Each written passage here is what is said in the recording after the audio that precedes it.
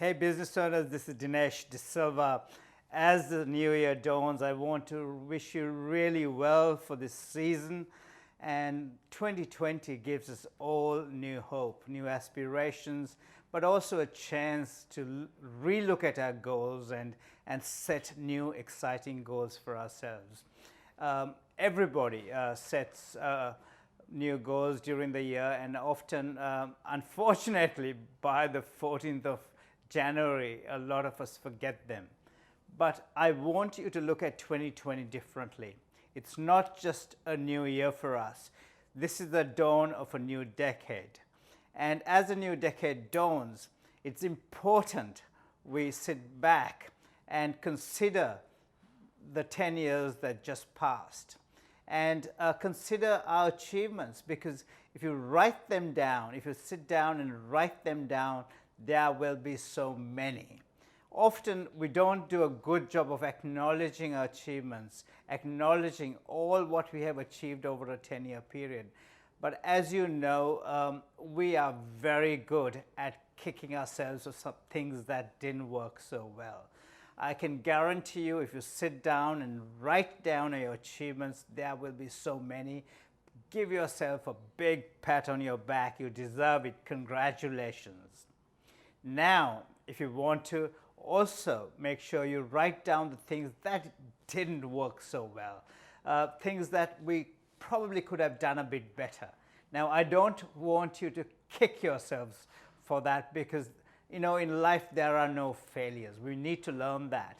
There are always lessons, but no failures. So write them down, take them down as lessons, and then ponder as to how we can make a difference, how we can take those lessons from the last 10 years into this new 10 years as we chart our course and we head towards our goals. Now, I'm going to give you a few simple tips that you can follow. Just for the next 12 months, consider yourself, write your goals down. Write your financial goals, your goals for health and fitness, other important things like family and spirituality, if that's important to you. It's important that we look at our goals, we write them down, and I'm going to talk to you more about your financial goals now. Once you've written your financial goals, and if there are any other goals for your business that you want to set, consider them, but write 3 very clear goals. Once you've written 3, not 20, just 3, I want you to consider what are the top 3 things, the top 3 things you must do to achieve those 3 goals you have written. Often we write a list of about 25. That's fine if you've done a huge list, but prioritize them and identify the top 3 goals you want to achieve. And then the top 3 things you must do to achieve them. And once you've done that, there's one more step that we must follow, or 2 more steps we must follow. The next step is to look at the things we are doing right now, that the things we are doing that are not delivering us good results. Our habits, our activities, the investments we have made. Look at your business as a whole, the resources you've invested in. It could be people, it could be other activity that we are doing. What is delivering us results and what is not delivering us results? The things are not delivering results despite the activity, we got to reconsider and stop doing them. When you stop doing this activity, you will inherit a lot more time and a lot more money. Now, the time you save and the money you save is going to be precious, because people tell me we are time poor as business owners. But if you consider and you look at in a disciplined way the things that are not giving us results, our habits and our investments and our activity, you will get a lot of time and money back. To give you an example, some of this activity could be we are focusing on the wrong set of customers. Identify your ideal customers and stop wasting time focusing on the wrong set of customers. Then we could have not so productive products and services that we offer. Take them off the list. focus on the ones that are really giving us results. So once you stop doing these things, you will inherit a lot of time, which is precious, because time is the fairest resource, the most equitable resource that is distributed. Time is the most equitable, because every one of us, whoever we are, whichever community you're born in, has the same amount of time. So time is precious.